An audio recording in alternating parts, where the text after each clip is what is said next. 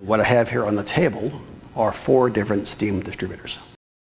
This one, purely residential, kind of goes in like this, and there's where your steam comes out.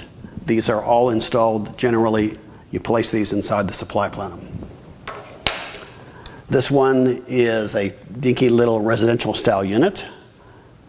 Steam line goes here, condensate line goes here, and this is where the steam comes out. Again, mounted on the supply plenum.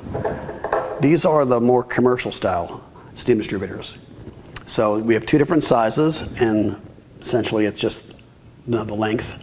They are available in lots of different lengths and also capacities. The larger capacity units would have a larger nipple here for the steam hose. These also have 2 condensate connections. You can have one come out the bottom, or you can connect it to the side, whichever happens to work out better for your application. Thanks for watching. For additional help or questions, feel free to contact us.